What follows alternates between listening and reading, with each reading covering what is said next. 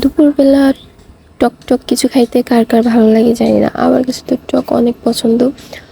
তো আমি বলতেছিলাম আমার ভাই বেটিকে যে কি মাখাইলে ভালো লাগতো। ও বলতেছে পুপু চলো আমরা পেঁপে মাখাই। আমি বলছি পেঁপে আবার কিভাবে মাখাই, আমি এখনো খাইনি তো। ওরা বলতে চলো, আমি আগে একদিন খেয়েছি, অনেক মজা, মাখাই। তো বাসায় একটা পেঁপে ছিল, পেঁপেটা ছুলে দিল, আমি ধুয়ে নিব।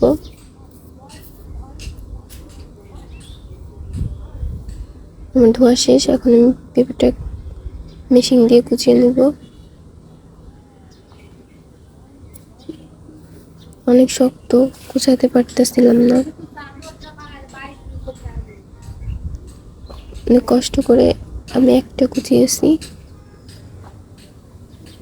তা বারবার খালি পড়ে যাচ্ছিল হাত থেকে। এই তো বাকিটুকু কুচিয়েছে, আমি যেটুকু পারছি সেটুকু করছি।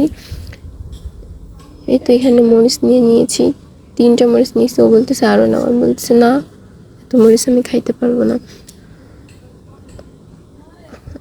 অনেক ভয় ভয় মাখাচ্ছিলাম, আমি মরিচ ধরতে অনেক ভয় পাই। আমি বলতেছিলাম আমার যদি হাত চলে তোদের খবর আছে।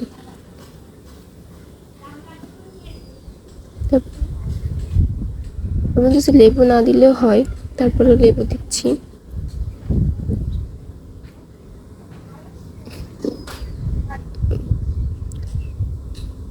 মরিচটা অনেক কষ্ট করে ভাঙতেছি, আমার অনেক ভয় লাগতেছিল, আমার হাত চলবে আমি জানি। মরিচ খাইতে ভয় লাগে না, কিন্তু হাত চলার ভয় লাগে।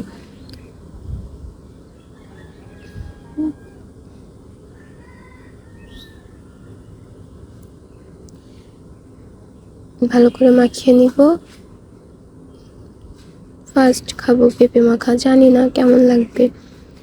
তো বারবিটি বলতেছিল যে পুপু খেয়ে দেখো, মজা আছে। আমি বলতেছি ভালো যদি না লাগে তো খবর আছে, শুধু আমি কষ্ট করে মরিচ ধরছি। তো খেয়ে দেখলাম না, ভালোই তো লাগে, একটু লবণ কম হয়েছে, আর একটু লবণ দিয়ে নিলাম। মাখানো শেষ, এই যে আমারটা আমি নিয়ে নিয়েছি। এদিকে ওকে সুলতানকে খাওয়াই দিচ্ছে আর বলতেছে কেমন হয়েছে। সে বলবেই না, সে খাইতেই আছে, কেমন যেন সে ভাত খাচ্ছে, সে টক এত খাইতে পারে।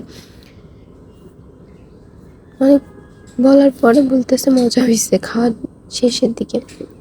এই যে আমি খাচ্ছি,